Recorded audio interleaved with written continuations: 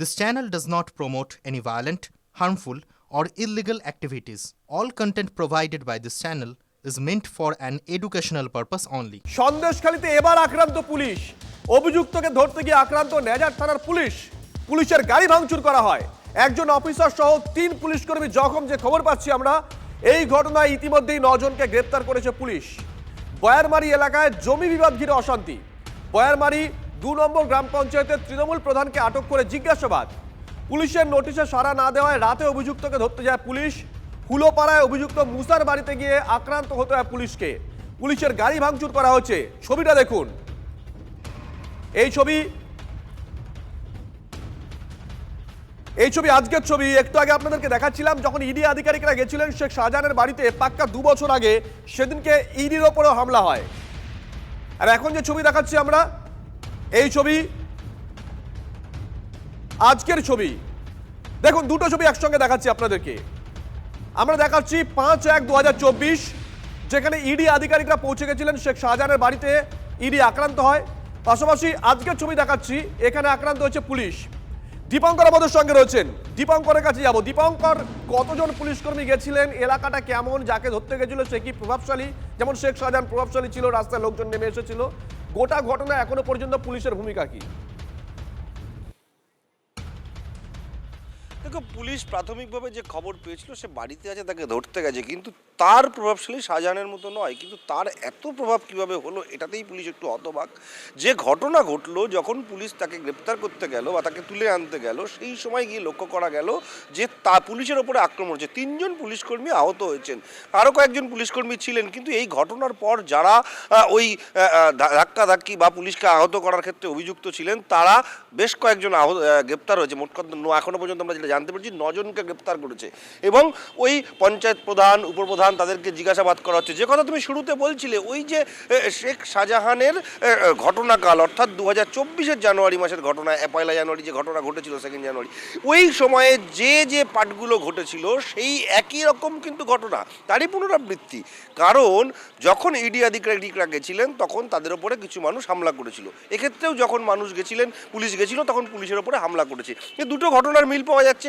অর্থাৎ শেখ শাহজাহানের অনুগামীরা যে শেখ শাহজাহানের মতোই আছে, এবং তাদেরকে ধরপাকড় করতে গেলে আধিকারিকদের ওপরে আক্রমণ করবে, এটা যেমন খুব স্বাভাবিক ব্যাপারে হয়ে রয়েছে সন্দেশখালী, নাজাট, এই সমস্ত এলাকাতে।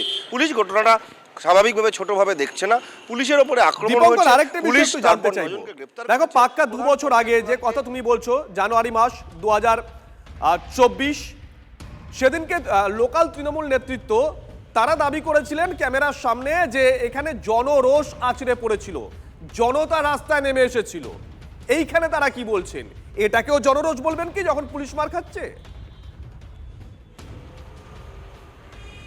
দেখো, এক্ষেত্রে কিন্তু বিষয়টা ওরকম নয়। এক্ষেত্রে এখন বিষয়টা এই জায়গাটায় পুলিশ বোঝার চেষ্টা করছে যে আগে থেকে প্ল্যান্ড হয়েছিল কিনা। যে এই শাহজাহান অনেক বড় মাপের নেতা ছিলেন ওই এলাকার, সন্দেশখালী এলাকার, এবং তার আগে থেকেই শাহজাহানের একাধিক কর্মকাণ্ড ছিল। এক্ষেত্রে মুন্সি মোল্লার কিন্তু সেই ব্যাপারটা নেই। কিন্তু তিনি শাহজাহানের অনুগামী, যে সেটা কিন্তু এই অ্যাক্টিভিটিতে স্পষ্ট। জনরোষের কোনো বিষয় নেই। পুলিশ দীর্ঘদিন ধরে একটা মামলা চলছিল, তাকে নোটিশ পাঠানো হচ্ছিল, তিনি আসছিলেন না। তার পরিপ্রেক্ষিতে যা পুলিশের আইনত করা উচিত সেই প্রক্রিয়ায় পুলিশ করতে গেছিলেন। সেক্ষেত্রে সে পালিয়ে যেতে পারতো ঘটনাস্থল থেকে, সেটা না করে সে পুলিশের ওপরে আক্রমণ করিয়েছে। এই ঘটনায় তিনি নিজে কিন্তু এখনো পলাতক রয়েছে। স্বাভাবিকভাবেই পুলিশ এটাকে বোঝার চেষ্টা করছে সর্বপ্রথমে, যেটা প্ল্যান মাফিক কিনা। প্রথমত যে পুলিশ যাবে সে জানতো, এবং তারপর পুলিশ গেলে তার উপরে আক্রমণ করা হবে, সেটা প্ল্যান মাফিক কিনা সেটা একটা বিষয়। এবং এই প্ল্যানে কারা কারা জড়িত আছেন, শুধুমাত্র যাকে গ্রেপ্তার করতে গেছিল তিনি না, তার সঙ্গে আরো কোনো রাজনৈতিক ইন্ধন আছে, এই সমস্ত বিষয় খতিয়ে দেখবার চেষ্টা করছে পুলিশ। নজর থাকবে, নজর রাখো। বেশ কয়েকটা পলিটিক্যাল রিঅ্যাকশন পেয়েছি, কোন পক্ষ কি বলেছেন শোনাই পরপর। যে মুখ্যমন্ত্রী নিজের পুলিশকে বাঁচাতে পারে না, সেই মুখ্যমন্ত্রী আমাদেরকে বাঁচাবে কি করে? সেই হোম মিনিস্টার আমাদেরকে বাঁচাবে কি করে? অপদার্থ হোম মিনিস্টার একজন পশ্চিমবঙ্গের হয়েছে, এবং এরা শুধুমাত্র ভোট ব্যাংকের রাজনীতি করতে গিয়ে পশ্চিমবঙ্গকে পশ্চিম বাংলাদেশ করে ছেড়েছে। বাংলাদেশের মতো পরিস্থিতি তৈরি হয়েছে নাজাতে। এর আগে আমরা যখন গেছিলাম আমাদের গাড়ি তো হামলা হওয়ার জোগাড় হয়েছিল। আমি নিজে থানার কাছে। আজকে পশ্চিমবঙ্গের 9টি জেলা লিটারালি বাংলাদেশিদের হাতে চলে গেছে, বাংলাদেশি মুসলিমদের হাতে চলে গেছে। আর তারা মানসিকতায় বাংলাদেশি মুসলিমদের মতো। তারা বাংলাদেশের মতো পরিস্থিতি তৈরি করছে। আজকে আগামীকাল যদি দীপু চন্দ্র দাসের মতো কারো যদি জ্বলন্ত দেহ আপনারা ক্যামেরায় দেখেন, অবাক হবেন না। কারা বলছে জ্ঞানের কথা? এই রাজ্যের বুকে আইনের শাসন আছে, তাই অন্যায় যে করে তার রং দেখে না, দল দেখে না, তাকে পুলিশ গ্রেপ্তার করে ব্যবস্থা নেয়। এক্ষেত্রেও ব্যবস্থা নেওয়া হচ্ছে। কাদের মুখে আইন শৃঙ্খলা নিয়ে কথা শুনবো? বিজেপির মুখে, যারা সারা ভারতবর্ষে কি উদাহরণ দেখিয়েছে, তাদের মুখ থেকে আইন শৃঙ্খলা নিয়ে কথা শুনতে হবে? পশ্চিমবঙ্গে আইনের শাসন আছে, তার জন্যই বাংলার মানুষ মমতাদি সরকারের পাশে থাকে। হাজার মিথ্যের ন্যারেটিভ দিয়ে ওটাকে ভাঙা যাবে না। কথা বলেছিলাম অবসরপ্রাপ্ত পুলিশ আধিকারিক অরিন্দম আচার্যের সঙ্গে, তিনি কি বলেছেন শুনুন। তাদের 2019 সাল থেকে যে চরম অত্যাচার, নারীদের উপর চরম অত্যাচার, মনে হয়নি আপনার বাড়ির পরিবারে মনে হয়নি, আমার মনে হয়নি যে এই স্বাধীনতা আমরা চাইনি?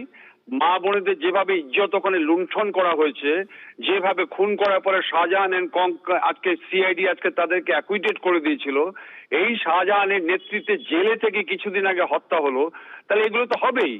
কারণ একটা তো পুলিশের আজকে রাজ্য সরকারের এক সংখ্যক পুলিশ তো এই সমস্ত ক্রিমিনালদের শেল্টার দিচ্ছে, তাদের রেজিস্ট্রে যে কেসগুলো হচ্ছে সেই কেসগুলো সমস্ত ভাওতামির করে আজকে কেসগুলোকে আজকে হাস্যাস্পদ করে দিচ্ছে। স্বাভাবিক কারণে হবে, পুলিশের কোনো এক্সিস্টেন্স নেই।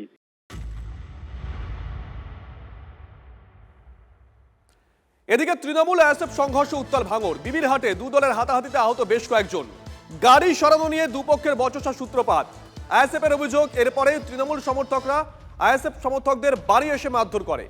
বিশাল পুলিশ বাহিনী গিয়ে পরিস্থিতি নিয়ন্ত্রণে আনে। আহতদের প্রথমে নলমুড়ি প্রাথমিক স্বাস্থ্য কেন্দ্রে নিয়ে যাওয়া হয়। গুরুতর আহত আইএসএফ এর এক মহিলা সমর্থক, তাকে আরজি করে ভর্তি করা হয়েছে। গোটা ঘটনা নিয়ে এখনো কোনো প্রতিক্রিয়া দেয়নি লোকাল তৃণমূল নেতৃত্ব, যদিও শওকত মোল্লা তিনি মুখ খুলেছিলেন। তিনি কি জানিয়েছেন শোনাবো আপনাদেরকে। একটা গাড়ি নিয়ে পাশ দেওয়া নিয়ে একটা প্রবলেম, একটা বোলেরো পিকআপ গাড়ি নিয়ে সেখানে দেখতে পেয়েছি আমরা যে তৃণমূলের কিছু দুষ্কৃতী আমাদের আইএসএফদের বাড়ি গিয়ে হামলা করে মারধর করেছে। এটা কোনো রাজনৈতিক ম্যাটার না, তারপরেও রাজনৈতিক হিংসায় জড়িয়ে গিয়ে আমাদের বাড়িতে ঢুকে মা বোনদের এবং আমাদের যারা আইএসএফের নেতৃত্ব তাদের বাড়িতে গিয়ে বেধড়ক মারধর করেছে এই তৃণমূলের দুষ্কৃতীরা। এখানে আমি যেটা শুনলাম, এখানে কোনো পার্টিগত ব্যাপার না, ব্যক্তিগত ব্যাপারে মারপিট হয়েছে, কিন্তু ওদের পায়ের তলায় মাটি নেই। কি বলবে, তৃণমূল নামে দোষ দিচ্ছে, এই তো ওদের কাজ। মিথ্যে ছাড়া তোরা চলে না, আপনারা সবাই জানেন। ওরা পার্টির নাম জুড়ে দিচ্ছে, কি করবে? আর এখন ওদের পায়ের তলাতে মাটি সরে গিয়েছে, তাছাড়া ওদের উপায় নেই আর। সম্পূর্ণ আইএসএফ, কারণ গতকালকে যখন আমাদের লোকেরা মিটিং থেকে ফিরছিল সেই সময় এই আইএসএফ আশ্রিত সমাজ বিরোধীরা, তারা মমতা বন্দ্যোপাধ্যায়, অভিষেক বন্দ্যোপাধ্যায় এবং আমাদের ওখানে লোকাল যে লিডার আছে জিয়ারুল, তাদের নামে গালাগালি করছিল। তখন এরা প্রতিবাদ করে। এই প্রতিবাদ থেকে মারামারি, আইএসএফ এর বাড়ি থেকে মহিলা পুরুষ তারা অস্ত্রশস্ত্র নিয়ে ওখান থেকে বের হয়।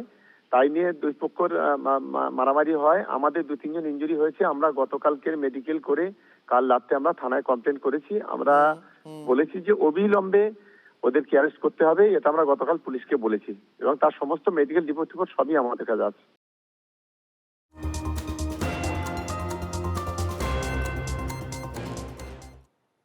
একের পর এক পুর বোর্ডে অনাস্থা, শাসক কোন দলে এবার ভেঙে গেল গয়েশপুর পুরসভার পুর বোর্ড। এই মুহূর্তে যে খবরের দিকে নজর রাখছি আমরা, শাসক কোন দলে ভেঙে গেল গয়েশপুর পুরসভার পুর বোর্ড। বদলে প্রশাসক দিয়ে কাজ চালানোর সিদ্ধান্ত নিয়েছে পুর নিগম। মহাদেব রয়েছেন টেলিফোনে আমাদের সঙ্গে, আমাদের সহকর্মী মহাদেব। একের পর এক পুরসভায় আমরা দেখছি ডামাডোল চলছে, আর কান পাতলে শোনা যাচ্ছে একের পর এক কারণ। গয়েশপুরে কান পাতলে কি শোনা যাচ্ছে? এই শুধুমাত্র গয়েশপুর নয়, নদিয়া জেলার 4টি মূলত বলা যেতে পারে 4টি পৌরসভা প্রশাসক পরিচালিত এই মুহূর্তে চলছে। কারণ আমরা দেখেছি যে বিগত দিনে কৃষ্ণনগর পৌরসভা পর কিন্তু 4টা পৌরসভা এবং কুপাস পৌরসভা, পাশাপাশি কিন্তু এই গয়েশপুর পৌরসভার কথা। গয়েশপুর পৌরসভা যে নির্বাচিত হওয়ার পর থেকে তৃণমূল কংগ্রেস বিরোধী শূন্যভাবে জয়লাভ করেন এবং তারপর যিনি চেয়ারম্যান হন তারপর থেকেই চেয়ারম্যানের বিরুদ্ধে কাউন্সিলরদের একটা বৃহৎ অংশ তারা সরব হন। তারা প্রতিবাদ করতে থাকেন যে সকল কাজকর্ম পৌরসভা চেয়ারম্যান করছেন তা সকল কাউন্সিলরের সাথে আলোচনা না করি এবং বিভিন্ন ধরনের যে উন্নয়নের কাজ, সেই উন্নয়নের কাজ তিনি তার পছন্দের লোক দিয়ে করছেন, এবং এই নিয়ে কিন্তু বিভিন্ন সময় দেখা গেছে আন্দোলন করতে পর্যন্ত, এবং বিভিন্ন জায়গায় তারা অভিযোগও জানিয়েছেন, এবং ভাইস চেয়ারম্যান সহ বৃহৎ অংশের কাউন্সিলররা এই প্রতিবাদ জানিয়ে আসছেন। তারই ফলস্বরূপ বলা যেতে বেশ। পারে যে এই গয়েশপুর পৌরসভার এই প্রশাসক দ্বারা পরিচালিত সিদ্ধান্ত নিয়েছেন পৌর নিগম। ধন্যবাদ। চেয়ারম্যানের বিরুদ্ধে দুর্নীতির অভিযোগ তুলে অনাস্থা আনেন 18 জনের মধ্যে 11 জন কাউন্সিলর। লাগামহীন দুর্নীতি, বেহাল পুর পরিষেবা, বোর্ড মিটিং ছাড়া ইচ্ছেমতো সিদ্ধান্ত নেওয়ার অভিযোগ ছিল পুরপ্রধানের বিরুদ্ধে। আর ঠিক এই আবহে একটা ভিডিও ভাইরাল হয়েছে। ভিডিওটা আগে আপনাদেরকে দেখাই।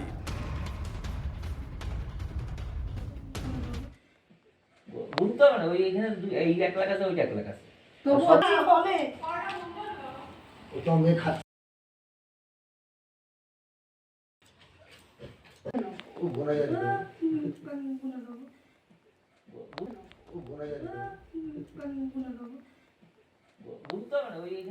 এই ভিডিও ভাইরাল হয়েছে, যদিও সত্যতা আমরা টিভি9 বাংলা যাচাই করিনি, কিন্তু ভিডিও দেখা যাচ্ছে বা অনেকে দাবি করছেন যে চেয়ারম্যান হাত পেতে নাকি টাকা নিচ্ছেন। এই সেই ভিডিও, যে ভিডিও ভাইরাল হয়েছে।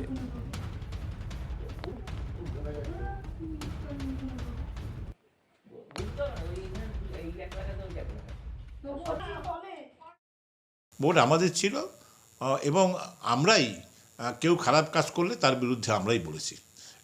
যেহেতু আমরা তৃণমূল কংগ্রেসটা করি, আমরা তৃণমূল কংগ্রেস আমাদের শিখিয়েছে যে অন্যায়ের বিরুদ্ধে লড়তে হবে, আর সেটা আমরা করেছি। তাতে ভোট রইল কি থাকলো তাতে আমাদের কিছু যায় আসে না। বিভিন্ন ক্ষেত্রে সার্টিফিকেট পাওয়ার ক্ষেত্রে অসুবিধা হতে পারে, আমরা নিশ্চয়তা দিচ্ছি মানুষকে যে সেক্ষেত্রেও মানুষের পাশে গিয়ে আমরা দাঁড়াবো। সরকারের সিদ্ধান্ত, আমাদের গভর্নমেন্ট যে সিদ্ধান্ত নেবে সেটাকে আমি মান্যতা করব। আমাদের এখানে আলাদা করে নতুন করে কিছু মনে কৃষ্ণনগরেও অনেকদিন আগেই বসেছে, চাকদাতেও বসেছে, গয়েশপুরেও বসে, যেটা হওয়ার সেটা হবে। পুরো যে প্রধান বাপি চ্যাটার্জি যে দুর্নীতিগুলো করেছেন কোটি কোটি টাকার, তার বিরুদ্ধে কি অ্যাকশান নিচ্ছে পুরো প্রশাসক সেটা আমরা দেখব। আর যদি অ্যাকশান না নেয়, যে এত কোটি কোটি টাকার দুর্নীতি, সে যত প্রশাসক কেন, প্রধানমন্ত্রীকে হলে মুখ্যমন্ত্রী বসিয়ে এখানে কোনো কাজ হবে না। আমরা ওই দুর্নীতির জড় খুঁজব। সেই দুর্নীতি কোটি কোটি টাকার প্রশাসক বসিয়ে ওসব ধামাচাপা দেওয়া চলবে না। কিন্তু এটাও ঠিক, প্রশাসক বসালে মানুষের হয়রানি, মানুষের আরও হয়রানি বাড়লো, যেটা পুরসভা যে তাদের যে পরিষেবা সেটা ব্যাহত হলো বলে আমরা মনে করছি। মানুষের খুবই কষ্ট হবে, আগামীতে জানি না কী পরিস্থিতি তৈরি হবে। দুর্নীতি তো একদমই হয়েছে দেখেই আজকে এই ঘটনা ঘটেছে। আর তৃণমূল দলটাই তো দুর্নীতিতে ভরা, ওদের পা থেকে মাথা পর্যন্ত টোটাল নেতৃত্বেরই একই অবস্থা, দুর্নীতিগ্রস্ত। আর কাউন্সিলররা যেভাবে কাউন্সিলররা হয়েছে তা সেই গল্প সবাই জানে। এখানে ভোটের নামে যে প্রশাসন চলে সেটা সবাই জানে। মানুষ ঠিকমতো ভোট দিতে পারে না, দখল করে কাউন্সিলর হয়েছে আর সেখান থেকে একজনকে চেয়ারম্যান করেছে। তারা কেমন চেয়ারম্যান হবে, তারা কীভাবে প্রশাসন চালাবে, সেটা একটা প্রশ্নবোধক চিহ্ন তখনই থেকে গেছিলো। এসআইআরের হিয়ারিংয়ের জন্য একটা রেসিডেন্সিয়াল সার্টিফিকেট লাগবে। সেই সার্টিফিকেটটা আমি পৌরসভায় এসেছিলাম, আমার প্রথম ওয়ার্ডে কাউন্সিলর পাইনি, তার জন্য আমি পৌরসভায় এসেছি। এখন পৌরসভায় এখন আমি কি করব? আমরা সাধারণ মানুষ, আমার রেসিডেন্সিয়াল সার্টিফিকেটটা আমি পাবো কীভাবে?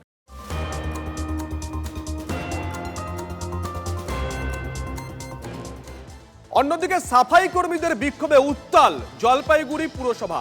বকেয়া 2 মাসের বেতন, বকেয়া পেনশনও, অথচ লক্ষ লক্ষ টাকার বাজি পুড়িয়ে কেক কেটে পুরসভার জন্মদিন পালন। পুর প্রশাসকের বিরুদ্ধে ক্ষোভ জানিয়ে ঘেরাও করেন সাফাই কর্মীরা। কাজ বন্ধের হুঁশিয়ারি প্রায় 400 সাফাই কর্মীর। টেকনিক্যাল কারণেই বেতন আটকে আছে, পাল্টা দাবি চেয়ারম্যানের। গোটা ঘটনা ঘিরে শুক্রবার দিনভর উত্তপ্ত পুরসভা চত্বর, মোতায়েন বিশাল পুলিশ বাহিনী। কিছু লোকের 1 তারিখেই বেতন হচ্ছে কেন? যারা আমাদের 20 বছর 15 বছর ধরে এইখানে ঝাড়ু কোদাল চালাচ্ছে, তাদের বেতন হবে 30 বা 20 তারিখের পরে। আর কিছু লোক যারা নতুন নতুন ঢুকতেছে তাদের বেতনটা হয়ে যাচ্ছে 1 তারিখে। যে 20 তারিখের মধ্যে প্রত্যেক মাসে যদি বেতন আমাদের ক্লিয়ার, আমরা 20 তারিখ পর্যন্ত ডেট দিচ্ছি, অনেক বেশি। এই ডেটে যদি না হয় তাহলে 21 তারিখ থেকে আমাদের সেই দিন থেকে কাজটা বন্ধ থাকবে। সিদ্ধান্ত প্রত্যেক মাসে এটা হবে। উন্নয়নের বিষয়ে আমরা টাকা জোগাড় করেছি, কিন্তু এই বিষয়ে আমাদেরকে কিন্তু কিছুটা সংকট তো আমাদের রয়েছে, কিন্তু তার মধ্যেও আমরা মাসেরটা মাসে করারই চেষ্টা করছি। ওনাদেরকে বললাম, দেখুন মানুষকে তো 100% স্যাটিসফাই করা যায় না, কিন্তু পৌরসভা হচ্ছে লোকাল সেলফ গভর্নমেন্ট, আগে একটা সময় কি হতো, বাবা বলে সরকারি চাকরিজীবীদেরই মামলা বেতন হতো মাসের মাঝখানে। মমতা ব্যানার্জি সেটা 1 তারিখে করেছে। আমি তো সবে 14 নভেম্বর বসলাম, 2 মাস এখনো হয়নি। কিছুটা তো আমাকেও সময় দিতে হবে। তাদের উপযুক্ত তো বেতন দেওয়াই হয় না, আর যেই বেতনটুকু দেওয়া হয় সেটাও 3 মাস ধরে আটকে রয়েছেন। তাদের টাকা না দিয়ে চেয়ারম্যান সাহেব লক্ষাধিক টাকার বোম দিয়ে উৎসব পালন করছেন, তো লজ্জার ব্যাপার। আর এই বেতন নিয়ে ভুক্তভোগী হতে হবে না, কারণ 26-এর নির্বাচনের পরে এই সরকার আর থাকবে না, আর যারা আছেন তাদের সকলের বেতন সময় মতো হবে।